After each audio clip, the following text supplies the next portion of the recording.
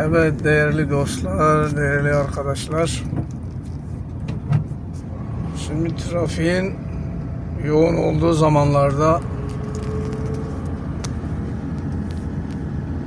nasıl hareket etmemiz gerektiği konusunda tamamen pratik yapmanız lazım. Biz birazdan sağa gireceğiz. Sinyalimizi verdik. Arkadaki araç da bize müsaade etti. Şu an sağa gireceğiz. Evet, güvenli bir şekilde sağ olsun, sol olsun girmemiz gereken çıkışlar, ceplere girmeden en az bir